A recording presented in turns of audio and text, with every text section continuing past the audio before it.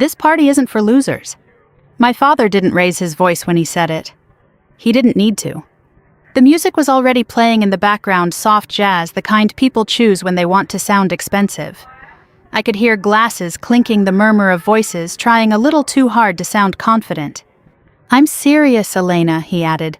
"We have people here tonight who've actually built something. Investors, business owners.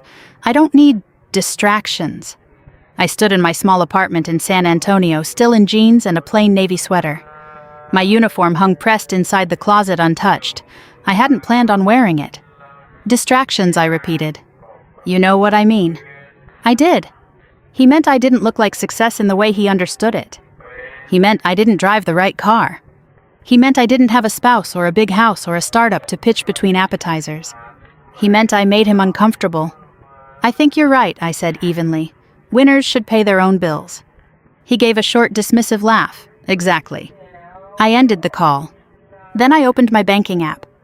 And that was the moment everything changed. My name is Elena Ramirez. I'm 34 years old and I've been in the United States Army for 16 years. I don't talk about it much.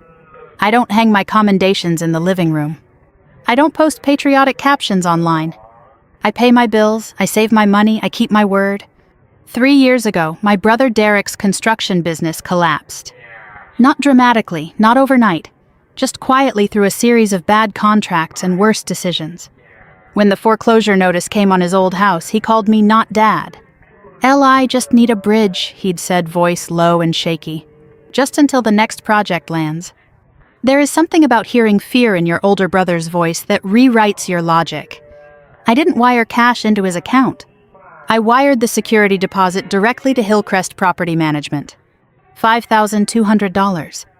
That's what it took to secure a 4-bedroom rental in North Austin at $2,650 a month. Derek's credit score was 612 at the time. Not catastrophic, not stable. The property manager, Karen, I remember her name, clearly explained it calmly. "We can approve the lease with a qualified guarantor," she said. "Someone with verifiable income and strong credit." That someone was me. I signed electronically. My name attached to their lease. 6 months later, Lindsay wanted the black SUV. "Clients notice what you drive," she'd said. The lease required a co-signer. Again, that was me. I didn't intend to stay attached forever. But every time Derek missed a payment, every time there was a tight month, I covered it. Not out of obligation. Out of love for Noah and Mia. My niece and nephew didn't ask for instability. My father knew I helped out. He did not know that without my credit and my income verification, that house would never have been approved in the first place. He preferred the story that Derek was rebuilding. He preferred the version where his son was rising. I never corrected him. Until tonight. When I opened my banking app, the numbers didn't feel dramatic. They felt routine. Recurring auto-pay Maple Ridge lease guarantee. Recurring auto-pay Lone Star auto leasing. I didn't rush. I read through each agreement carefully. Texas leasing law allows a guarantor to withdraw with written notice. The property manager then has the right to reassess the lease within a defined period. I had reviewed those clauses 3 years ago. I remembered them. I selected the lease account first.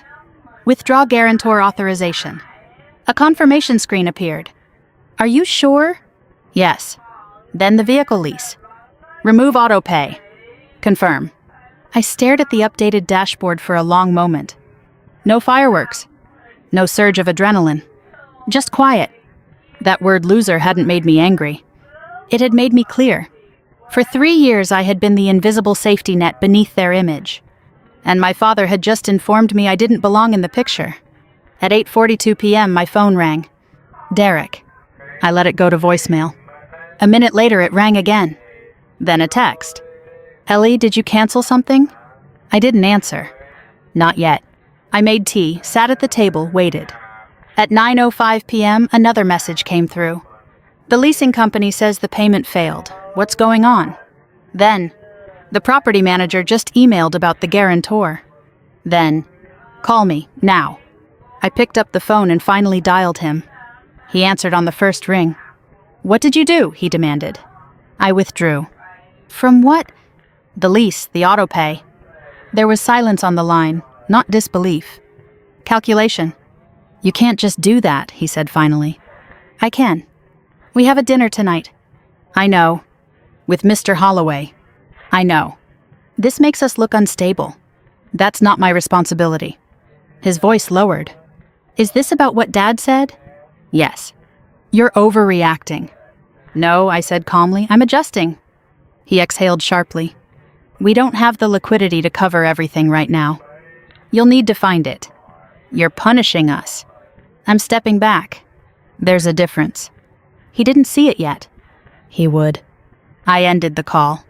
Outside my apartment window, traffic moved normally. A dog barked. Someone laughed in the parking lot.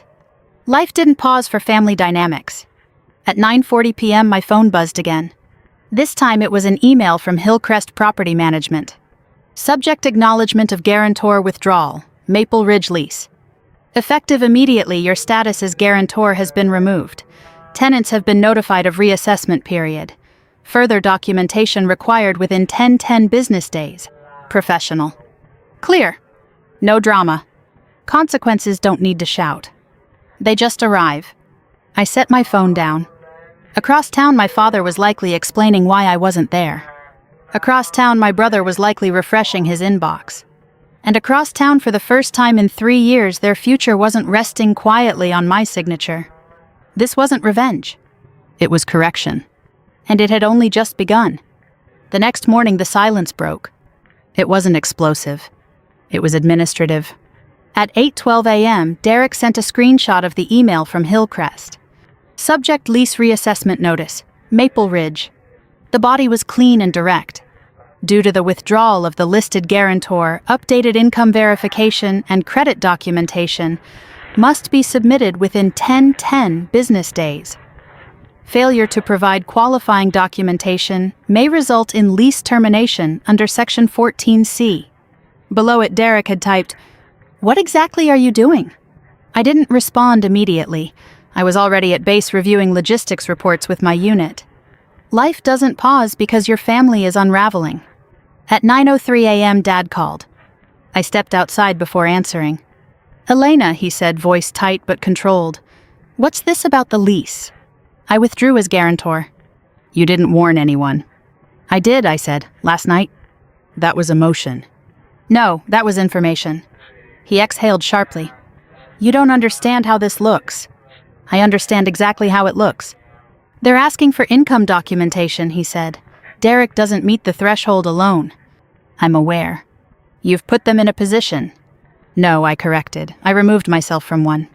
Silence. Then he shifted tactics. "This affects the kids." "It always comes back to that." "The reassessment period is 10 business days," I replied.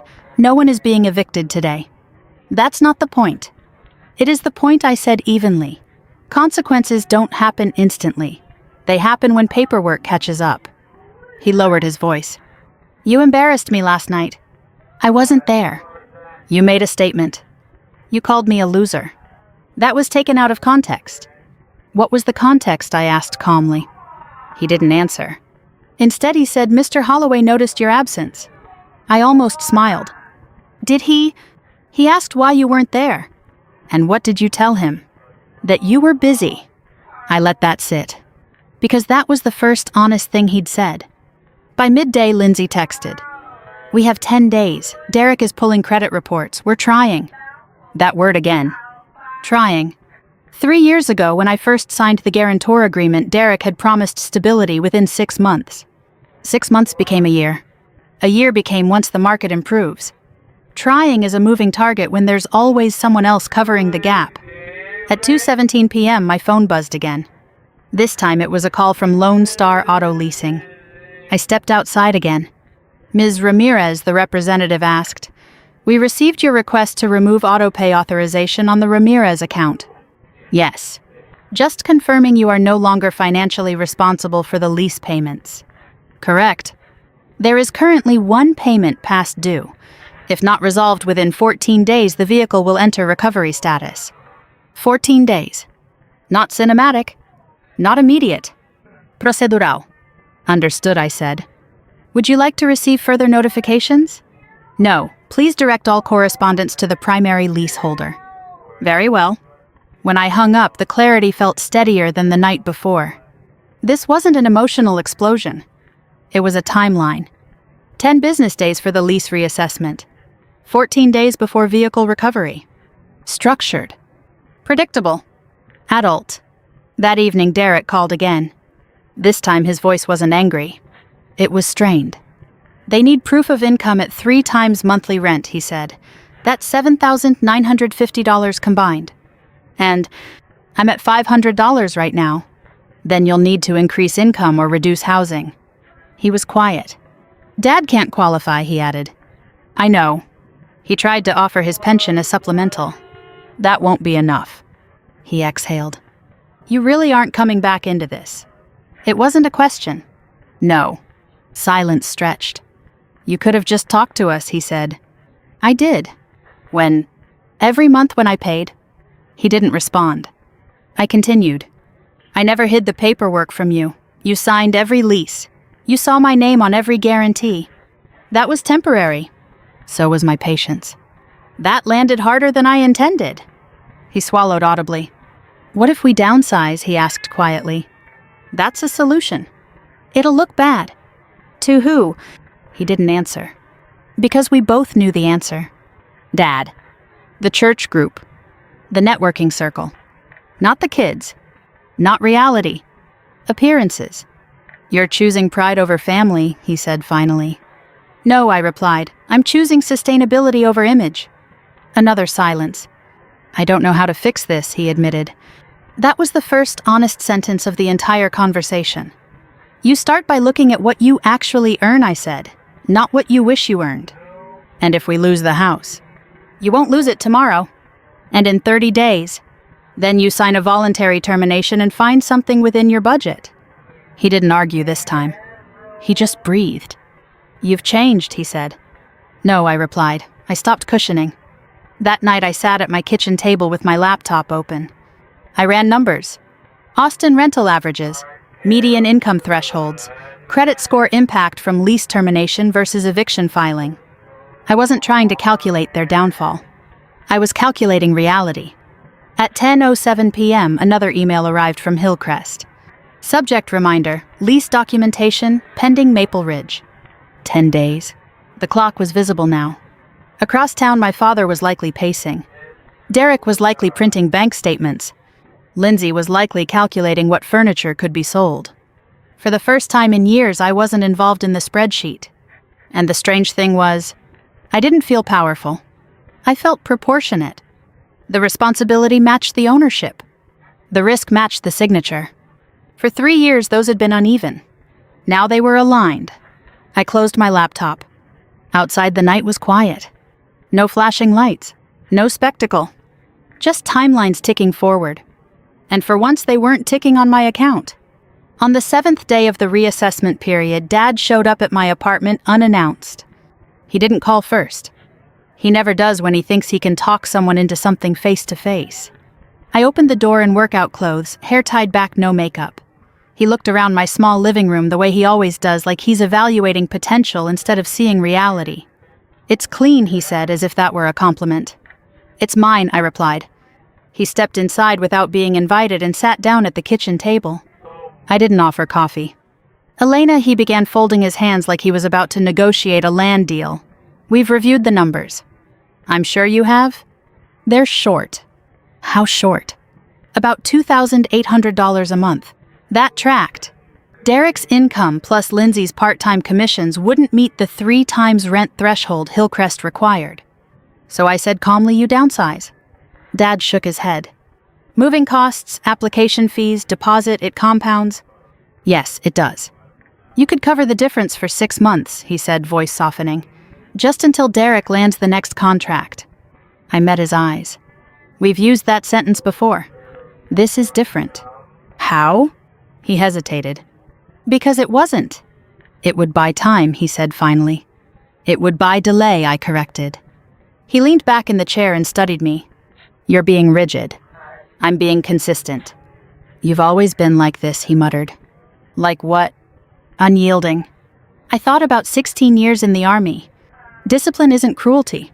Boundaries aren't hostility. They're structure. You called me a loser, I said evenly. He looked away. I was frustrated. You were honest. That's not true. Then tell me, I said quietly, in what context is your daughter a loser? The silence stretched. He didn't have an answer. Instead, he pivoted. Mr. Holloway called me yesterday. That caught my attention. And he asked if we'd secured financing. And you told him that we're working through internal adjustments. I nodded once. He said something. Dad continued, voice lower now. He said a family that hides liabilities won't survive investment. I didn't respond. He said he respected you, Dad added reluctantly. For what? For not pretending. That landed differently than any accusation. Dad rubbed his forehead. I didn't realize how much of this was you. You didn't ask. I assumed Derek was managing it. You assumed a lot. He exhaled slowly. You've always made it look easy. Paying someone else's rent isn't easy, I said. It's just quiet. We sat there for a moment. The hum of my refrigerator filled the room. So what now, he asked finally. You have 3 days left on the reassessment. They won't approve us. Then you request voluntary termination. That's humiliating. No, I said, it's practical. He shook his head. You don't understand how that feels. I understand exactly how it feels, I replied. It feels like being told you don't belong somewhere. That stopped him. Because we both knew what he had said. He stood up slowly. You're not going to budge. No. Even if they have to move into something smaller? Yes. He looked around my apartment again. This is smaller. Yes, I said. And you're satisfied. I'm stable. There's a difference. He studied me like he was seeing something unfamiliar. Maybe he was. For most of my life, I'd been the accommodating one, the fixer, the one who smoothed over conflict. This version of me wasn't louder. She was steadier. He walked toward the door. At least come to dinner Sunday, he said, not turning around. Not for me, for the kids. I considered it. I'll think about it. He nodded once and left. 2 days later, Derek called. They denied the reassessment, he said bluntly. I had expected that. What are you doing, I asked. We submitted a voluntary termination request. And they gave us 30 days. That was better than eviction. Less damaging to credit. Cleaner exit. You'll lose the deposit, he added. Yes. That was your money. Yes. Silence. You're not asking for it back, he asked cautiously. No. He swallowed. I thought you might. It was security. It served its purpose. He didn't argue. We found a townhouse, he said after a moment. 3 bedrooms. $1,850 a month. That was realistic. Good. It's not in a gated community. Most people don't live in one. He gave a small, humorless laugh. I know. There was a shift in his tone. Less resistance. More acceptance. I didn't realize how much pressure I was under trying to keep up, he admitted quietly. With who? He didn't answer. He didn't need to. Dad. The networking group. The illusion of rising. I thought if I looked successful long enough I'd become it, he said. That's not how it works. I see that now. There was no anger in him. Just fatigue. We'll move next week, he said. Okay. He hesitated. Are you coming Sunday? For dinner. Yeah. I thought about Dad sitting at the head of the table measuring worth by appearances. I'll come, I said finally. Thanks. When we hung up, I felt something settle. Not victory. Not satisfaction. Just balance. The lease would end. The house would be packed into boxes. The SUV would enter recovery status in a few days unless they found a way to pay it off. Not dramatic. Not cinematic. Procedural. I wasn't watching their downfall. I was watching gravity work. And for the first time in years, I wasn't trying to hold anything up. Sunday dinner wasn't formal. No catering, no investors, no polished performance. Just family. I arrived a few minutes early. The SUV was still in the driveway, but I knew the timeline. Lone Star Auto Leasing had a 14-day grace window. Today was day 12. 2 days left. The front door opened before I knocked. Mia threw her arms around my waist. You came, she said like it wasn't obvious. I said I would. Inside the house already looked different. Not empty yet, but thinning. A bookshelf was missing from the hallway. One of the abstract art pieces Lindsay loved was gone from the living room wall. Sold, I assumed. Derek stood in the kitchen, stirring something on the stove. Lindsay was at the table, sorting through a stack of mail. Dad sat at the head of the table, quieter than usual. "Evening," he said when he saw me. "Evening." No comments about what I was wearing, no remarks about success. Just neutral. We sat down. The food was simple roast chicken, potatoes, green beans. No imported wine. Just iced tea. Halfway through dinner, Derek cleared his throat. "We're signing the townhouse lease tomorrow," he said. Dad nodded once. "It's manageable," Lindsay added. "How far from here?" I asked. 20 minutes, Derek replied. "Still Austin, just not north side." Translation: not the right zip code. "That's fine," I said.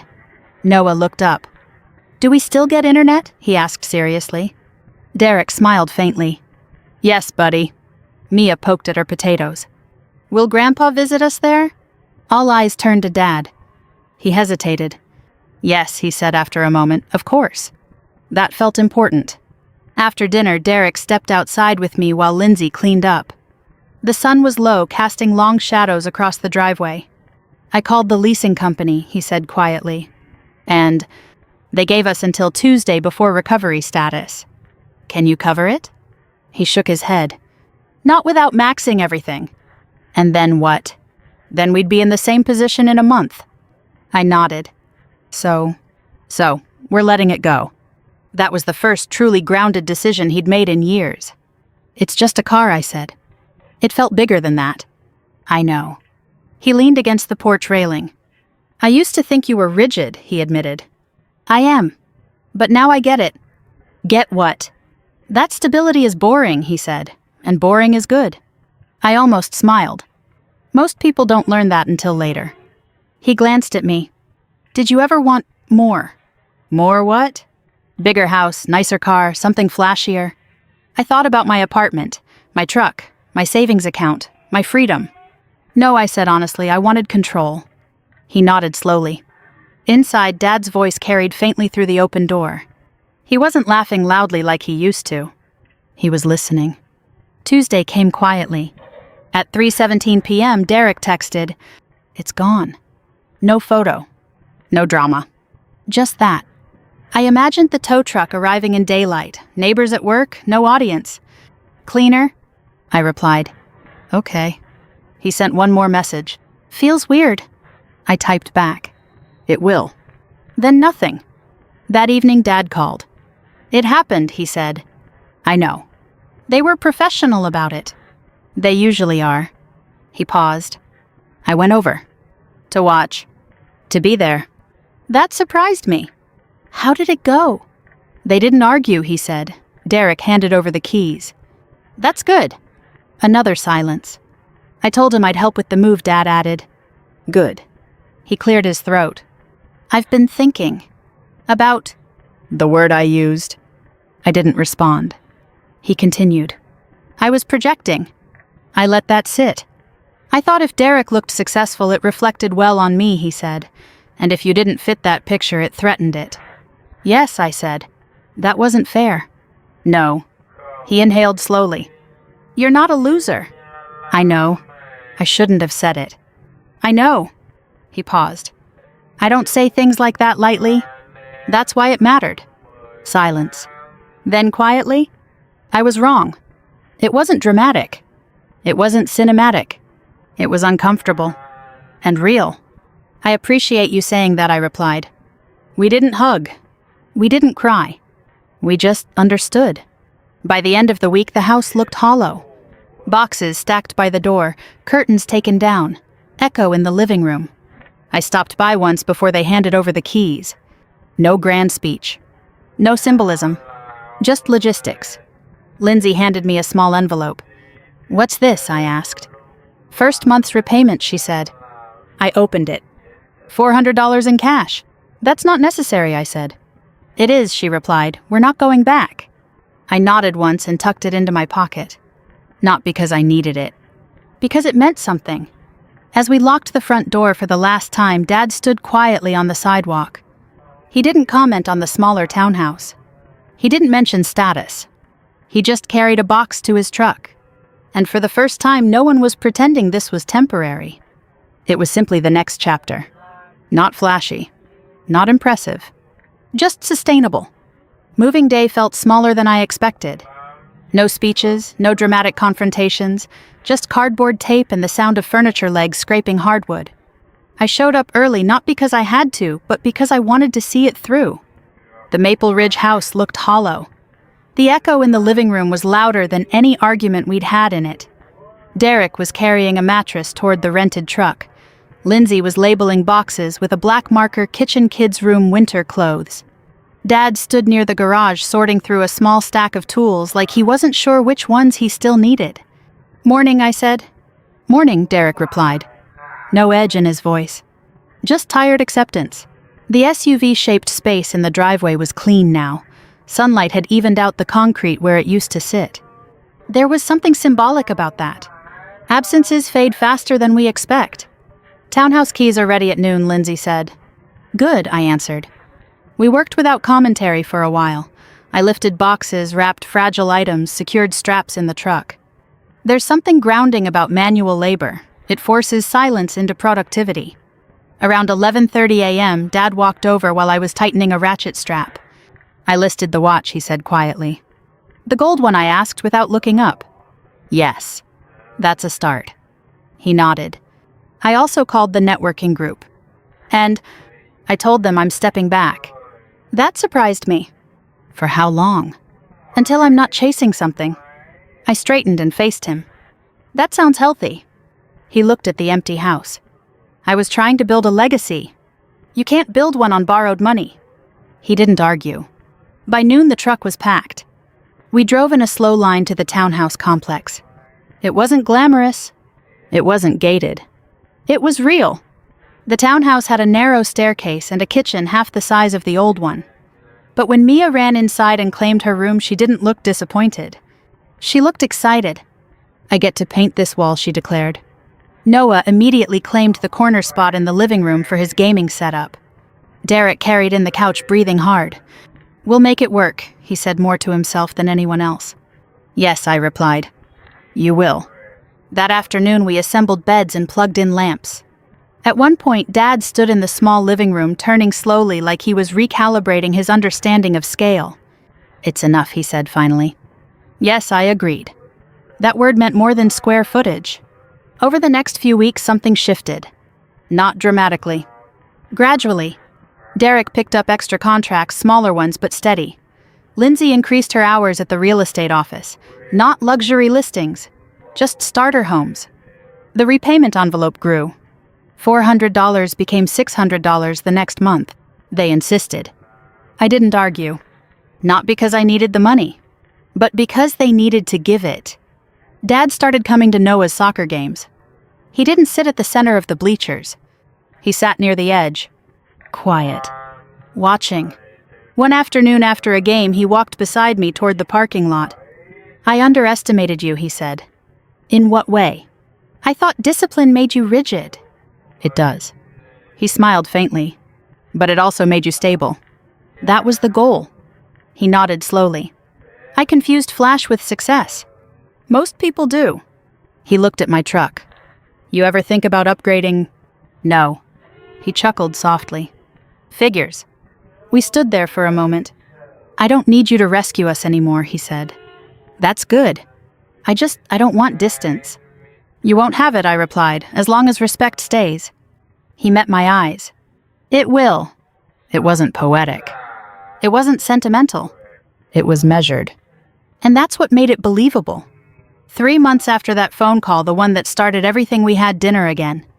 This time at the townhouse. No guests. No image to maintain. Just us. The table was smaller, the chairs didn't match. But the conversation flowed easier. At one point, Lindsay passed me a dish and said, "We're finally within budget." That sentence would have embarrassed her 6 months ago. Now it sounded like pride. Derek leaned back in his chair. "It's weird," he admitted. "I sleep better." "Because you're not juggling payments?" I asked. "Because I'm not pretending." Dad nodded slowly. "That's a heavy thing to carry." "Yes," I said. After dinner, Mia showed me her finished mural. It wasn't perfect, but it was hers. On the drive home, I thought about that night, the one where my father said the party wasn't for losers. At the time, it felt like an insult. Now it felt like a turning point. Not because I'd punished anyone, but because I'd stopped participating in something unsustainable. There's a difference between revenge and recalibration. Revenge is loud. Recalibration is quiet. It's a canceled guarantee, a withdrawn signature, a boundary that holds. And sometimes the most loving thing you can do for someone is let them feel the weight they've been avoiding. The townhouse lights were still on in my rearview mirror as I turned onto the highway. Smaller house, smaller car, bigger honesty. And for the first time in a long time, none of it required my credit score. That wasn't winning. It was balance. About 4 months after the move, I got a letter in the mail. Not a bill, not a notice. A handwritten envelope with my father's uneven block print across the front. He's never been a man who writes letters. I opened it at my kitchen table. Inside was a single sheet of paper. No dramatic language, no apologies stretched across paragraphs. Just a few lines. Elena, I've been thinking about the night I called you a loser. I've built most of my life measuring things I could see: houses, cars, titles. I didn't know how to measure what you built. That was my failure, not yours. Dad. I read it twice. Then I folded it and set it on the table. There was no swelling music, no sudden tears. Just a quiet recognition that something had shifted in him. Not overnight. Over months. Over smaller rent payments and tighter budgets. Over watching Derek take smaller contracts instead of pitching bigger illusions. Over sitting in bleachers instead of dining rooms. That kind of change doesn't happen in a dramatic moment. It happens in repetition. The SUV never came back. Derek bought a used Ford Explorer from a dealership in Round Rock. $11,800. No cosigner. High interest rate, but manageable. He showed it to me one afternoon like a teenager showing off a first car. It's not fancy, he said. It's yours, I replied. That word again. Ownership changes posture. Lindsay stopped talking about clients noticing. She talked about closing small deals consistently. Noah's soccer team made playoffs. Mia painted another wall. And I remained what I had always been: steady. One Saturday morning, Dad asked if I wanted to grab coffee. Just the two of us. We hadn't done that in years. We sat at a small diner off I-35. Vinyl booths, burnt coffee, nothing impressive. He stirred his cup for a long time before speaking. I thought success meant expanding, he said.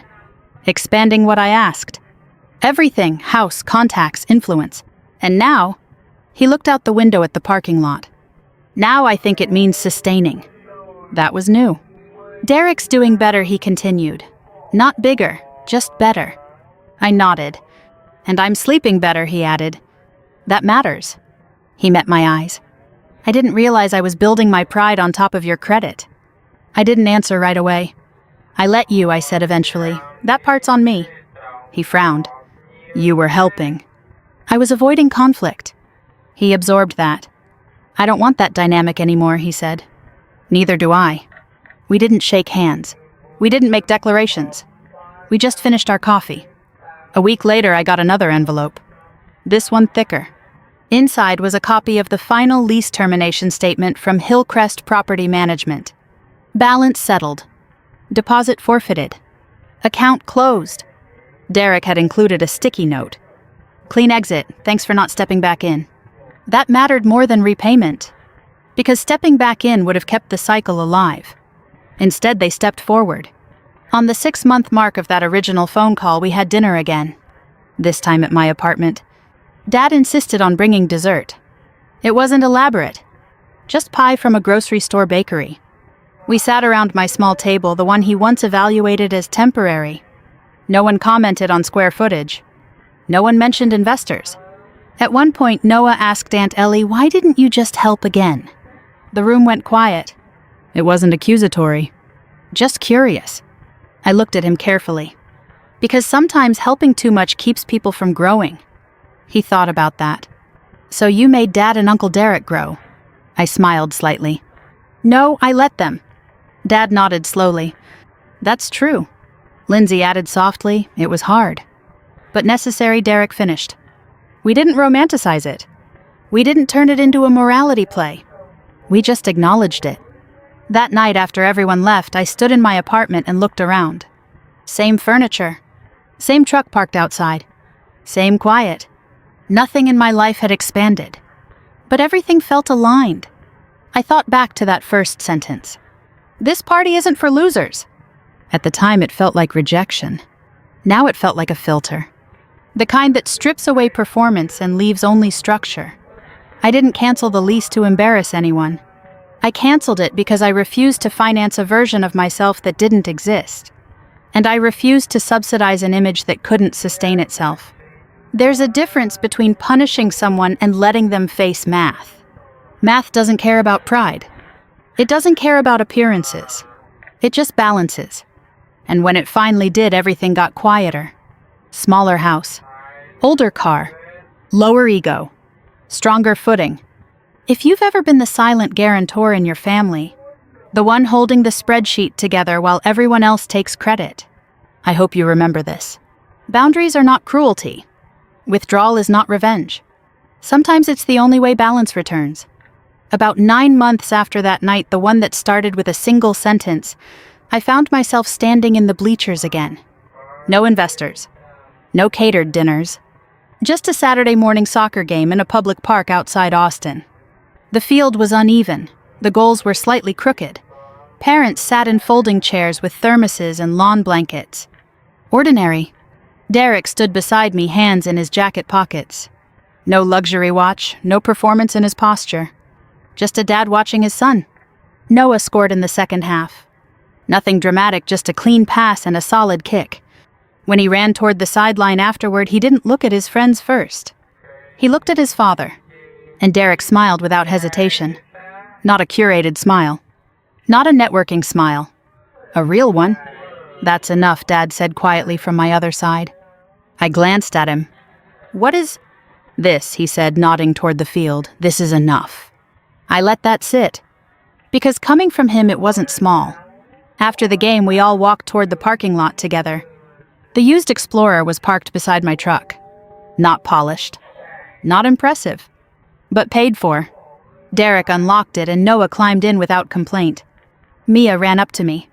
Aunt Ellie, when I grow up, I want to be strong like you. I crouched down slightly. Strong how? Like you don't need anyone to fix stuff for you. I smiled. That kind of strength isn't about not needing people, I said. It's about knowing when to stand on your own. She nodded seriously like she was storing that for later. Dad lingered near the back of the car. You ever regret it? He asked quietly. Regret what? Pulling out? I considered the question carefully. No, I said. I regret waiting so long. He absorbed that. If you hadn't, he said slowly, we'd still be pretending. Yes. He looked at the Explorer, then at the townhouse down the street we could just barely see from the parking lot. I was afraid of looking small, he admitted. And now, I was confusing small with insufficient. That was the closest he'd come to articulating it. Small house, smaller circle, simpler life. None of it meant failure. It meant proportion. We stood there a moment longer before everyone began loading up. As I walked toward my truck, Dad called after me. Elena. I turned. You weren't the loser, he said plainly. I know. But I needed to say it again. I nodded once. Thank you. It wasn't dramatic. It wasn't cinematic. It was earned. That evening back in my apartment, I pulled out the letter he'd written months earlier. I read it again. Not because I needed reassurance, but because I wanted to remember what changed. Not them. Me. The night I canceled the guarantor and auto pay, I didn't do it out of anger. I did it because something finally became clear. If someone tells you you don't belong in the room, you don't finance the room. If someone measures worth by what you drive or where you live, you don't subsidize the illusion.